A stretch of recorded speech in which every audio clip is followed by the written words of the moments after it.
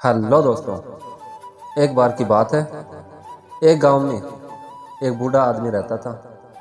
वो बूढ़ा आदमी अपने बेटे से बहुत परेशान था, क्योंकि उसका बेटा बहुत ही नालायक था, कामचोर था। वो कोई काम नहीं करता था और बस गांव में इधर उधर घूमता था। तो एक दिन उस बूढ़े आदमी ने अपने बेटे को सबक सिखाने का सोचा। उसने अपने बेटे को अपने पास बुलाया और उससे कहा कि बेटा, घर के अंदर अलमारी में एक घड़ी रखी हुई है, तुम उसे निकाल कर लाओ। लड़का घर के अंदर गया और उस घड़ी को बाहर निकाल कर लाया। फिर उसके पिता ने उससे कहा कि अब तुम एक काम करो, इस घड़ी को अपने साथ बाजार में लेकर जाओ और जितने लोग भी तुझे मिलेंगे सबसे तुम इस घड़ी की कीमत पूछ कर आना। अब वो लड़का उस घड़ी को लेकर बाजार में चला गया। उसने बाजार में सभी लोगों से उस घड़ी की कीमत पूछी। किसी ने उस घड़ी की कीमत 500 बताई, किसी ने 1000, किसी ने 800। सभी लोगों ने उस लड़के को उस घड़ी की कीमत अलग अलग बताई और कई लोगों ने एक जैसी।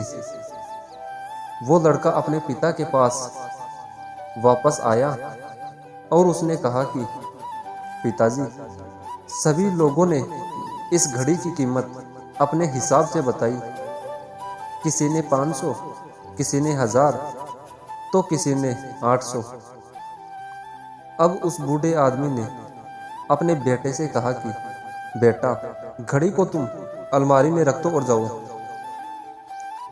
अब अगले दिन फिर से उस बूढ़े आदमी ने अपने बेटे को अपने पास बुलाया और फिर से उसे अलमारी से घड़ी लाने के लिए कहा।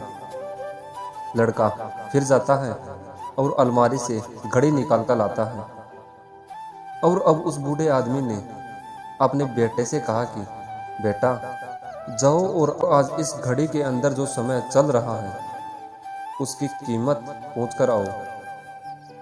लड़के को समझ नहीं आ रहा था कि उसके पिताजी उससे क्या करवाना चाह रहे हैं। वो दुखी मन से फिर घड़ी लेकर बाजार चला गया और सभी लोगों से उस घड़ी के अंदर जो समय चल रहा था उसकी कीमत पूछता है। लोगों को लगता है कि इस लड़के की मानसिक स्थिति ठीक नहीं है। कल ये घड़ी की कीमत पूछने आया था और आज समय की। बहुत से लोगों ने उसे भगा दिया और कुछ लोग उस पर हंसने लगे। अब लड़का परेशान हो गया और सोचता है कि ये मेरे साथ क्या हो रहा है। तभी वो आखिरी बार एक बूढ़े आदमी की दुकान पर जाता है। वो बूढ़ा आदमी बहुत व्यस्त था।